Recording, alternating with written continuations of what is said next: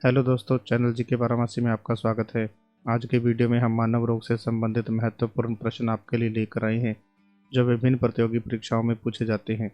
अगर आप किसी भी प्रतियोगी परीक्षा की तैयारी कर रहे हैं तो वीडियो को लास्ट तक ज़रूर देखें। साथ ही चैनल जी के बारामासी को सब्सक्राइब कर लें, जिससे कि चैनल पर आने वाले लेटेस्ट वीडियो के नोटिफिकेशन आपको सबसे पहले मिल सकें। तो आइए वीडियो को स्टार्ट करते हैं। पहला प्रश्न है, विटामिन ए की कमी से क्या होता है? कमजोरी, आमातिसार, रतौंधी, बालों का गिरना। सही जवाब है दोस्तों रतौंधी। रतौंधी रोग में पीड़ित व्यक्ति को दिन के समय तो स्पष्ट दिखाई देता है, किंतु रात में दिखाई नहीं देता। अगला प्रश्न है दोस्तों, क्षय रोग या टीबी मानव शरीर के किस भाग को प्रभावित करते हैं? फेफड़े, यकृत, वृक्क, अमाशय। सही जवाब है दोस्तों फेफड़े। अगला प्रश्न है, मायोपिया से क्या तात्पर्य है? निकट दृष्टि दोष, दूर दृष्टि दोष, रतौंधी, वर्णांधता। सही जवाब है दोस्तों निकट दृष्टि दोष। मायोपिया को निकट दृष्टि दोष कहते हैं। इस दोष से पीड़ित व्यक्ति को निकट की वस्तुएं दिखाई देती हैं, किंतु दूर की दिखाई नहीं देती हैं। इस दोष के निवारण के लिए अवतल लेंस या कॉनकेव लेंस का प्रयोग किया जाता है। अगला प्रश्न है, पेचिश रोग के लिए उत्तरदायी प्रोटोजोआ है? एंट अमीबा, अमीबा, ट्रिपेनोसोमा, फैगोट्रोफिक। सही जवाब है दोस्तों एंट अमीबा। पेचिश रोग एंट अमीबा हिस्टोलिटिका नामक प्रोटोजोआ से होता है। इससे प्रभावित होने वाला अंग आंत है। अगला प्रश्न है, एवियन इन्फ्लुएंजा या बर्ड फ्लू विषाणु को निम्न से निरूपित किया जाता है? H5N1, H1N1, N5H1, H1N5। सही जवाब है दोस्तों H5N1। बर्ड फ्लू एक प्रकार का विषाणु जनित रोग है जो मुर्गियों में होता है। इसका विषाणु H5N1 है। H1N1 स्वाइन फ्लू के विषाणु का नाम है। अगला प्रश्न है, पीलिया रोग किसके संक्रमण के कारण होता है? प्लीहा, वृक्क, यकृत, मस्तिष्क। सही जवाब है दोस्तों यकृत। अगला प्रश्न है, किस अंग के दोषपूर्ण कार्य करने से मधुमेह या डायबिटीज रोग हो जाता है? तिल्ली, अग्नाशय, वृक्क, फेफड़े। सही जवाब है दोस्तों अग्नाशय या पैंक्रियास। मधुमेह या डायबिटीज रोग अग्नाशय के खराब होने के कारण होता है। इस रोग में अग्नाशय की कोशिकाएं पर्याप्त मात्रा में इंसुलिन हार्मोन का निर्माण नहीं करती हैं। अगला प्रश्न है, निम्न में से किसकी कमी से दांत की बीमारी होती है? Fluorine, manganese, aluminium, zinc. सही जवाब है दोस्तों फ्लोरीन। फ्लोरीन की कमी से दांतों की बीमारी हो जाती है। पानी में इस तत्व की अधिकता से फ्लोरोसिस नामक बीमारी होती है। अगला प्रश्न है, निम्न में से किस विटामिन की कमी के कारण मसूड़ों से रक्त आता है और दांत हिलने लगते हैं? Vitamin D, vitamin C, vitamin B, vitamin A. सही जवाब है दोस्तों विटामिन सी। दोस्तों विटामिन सी की कमी के कारण मसूड़ों से रक्त आता है और दांत हिलने लगते हैं। विटामिन सी का रासायनिक नाम एस्कॉर्बिक अम्ल है। अगला प्रश्न है, मलेरिया रोग किसे प्रभावित करता है? फेफड़ों को, हृदय, प्लीहा, वृक्क। सही जवाब है दोस्तों प्लीहा। मलेरिया रोग मादा एनाफिलीज मच्छर के द्वारा फैलता है। यह प्लीहा या स्प्लीन को प्रभावित करता है। अगला प्रश्न है, टाइफाइड से शरीर का कौन सा अंग प्रभावित होता है?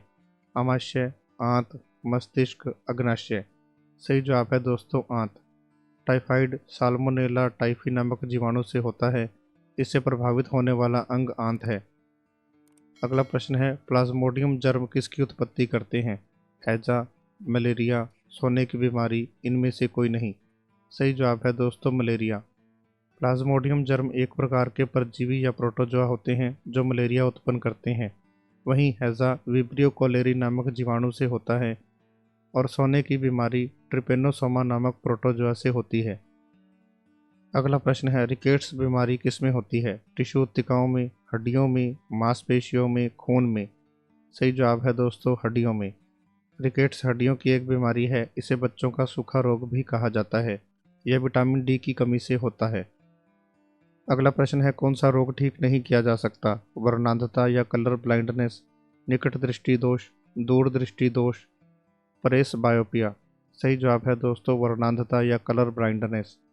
कलर ब्लाइंडनेस आनुवंशिक रोग है जिसे ठीक नहीं किया जा सकता है। इस रोग में रोगी लाल व हरे रंग को नहीं पहचान पाता है। इस रोग को लाल हरा अंधापन भी कहते हैं। अगला प्रश्न है, एथलीट फुट रोग किससे होता है? फंगस से, बैक्टीरिया से, निमाटोड से, प्रोटोजोआ से। सही जवाब है दोस्तों फंगस से। यह रोग ट्राइकोफाइटन फंगस से होता है। इसमें पैर की उंगलियों में संक्रमण हो जाता है। अगला प्रश्न है, विडाल टेस्ट का उपयोग किस संभावना की जांच के लिए किया जाता है? हैजा, मलेरिया, टाइफाइड, पीत ज्वर। सही जवाब है दोस्तों टाइफाइड। अगला प्रश्न है, निम्न में से कौन पोलियो का कारण है? एक कृमि, एक वायरस, एक बैक्टीरिया, एक कवक। सही जवाब है दोस्तों एक वायरस। पोलियो एक वायरस से होता है। अगला प्रश्न है, बीसीजी का टीका किस रोग के विरोध में लगाया जाता है? Polio, measles, hepatitis A, tuberculosis या क्षय रोग। सही जवाब है ट्यूबरकुलोसिस या क्षय रोग। अगला प्रश्न है, शरीर में निम्न में से किसकी अधिकता से हृदयघात या हार्ट अटैक होता है? Blood sugar, blood urea, cholesterol, blood protein. सही जवाब है दोस्तों कोलेस्ट्रॉल। शरीर में कोलेस्ट्रॉल की अधिकता से हृदय की धमनियों के रक्त प्रवाह में बाधा पड़ती है, जिससे हार्ट अटैक हो जाता है। अगला प्रश्न है, एस्टिग्मेटिज्म एक बीमारी है, आंखों की, कानों की, गले की, नाक की।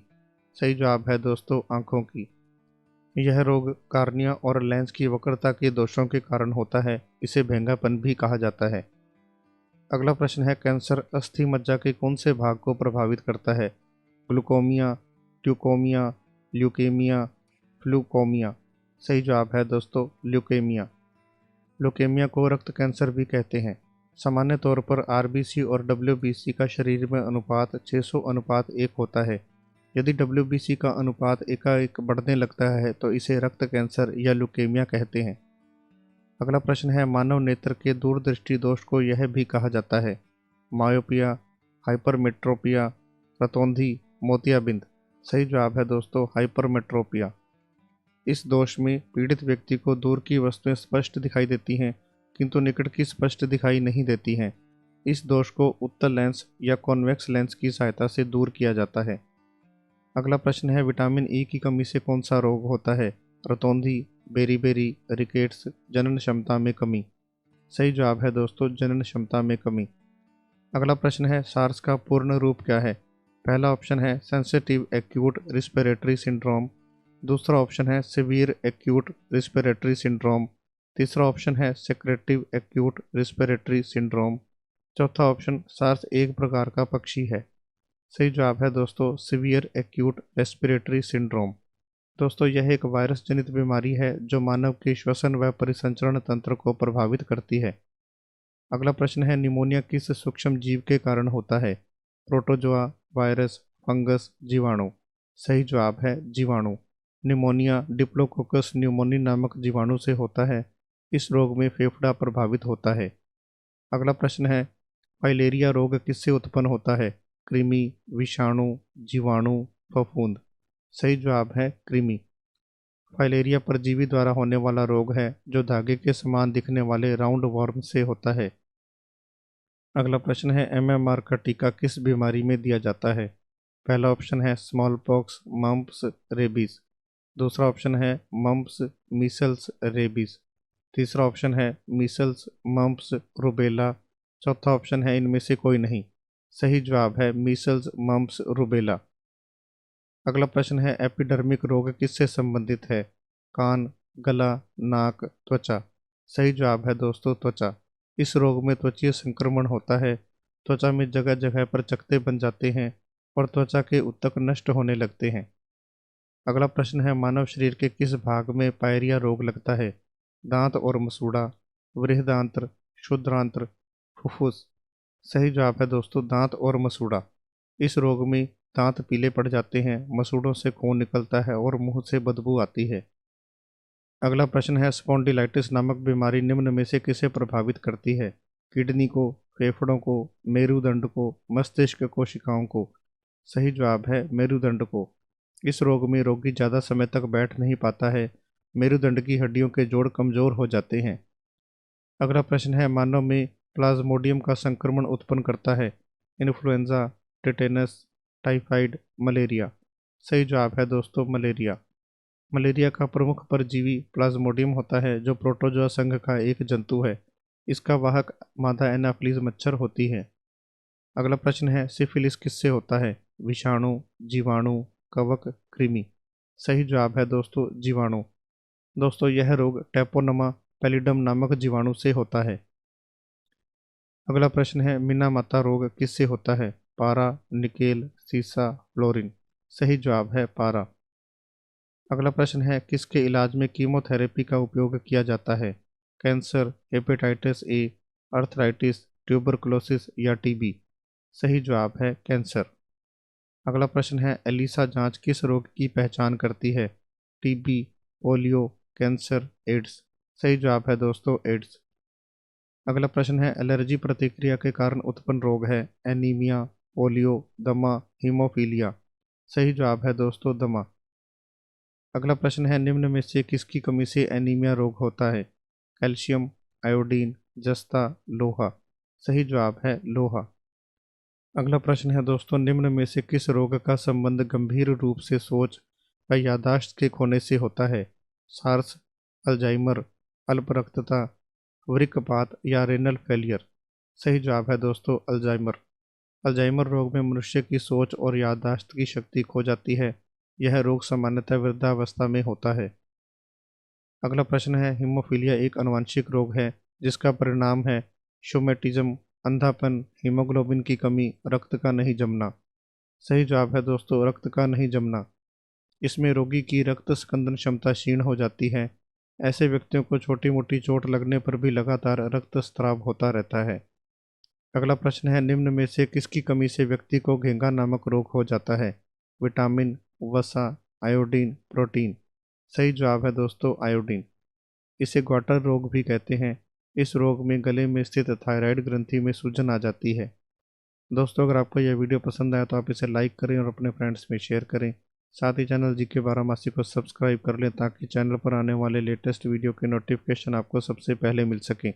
तो मिलते हैं एक नए वीडियो के साथ, तब तक के लिए गुड डे।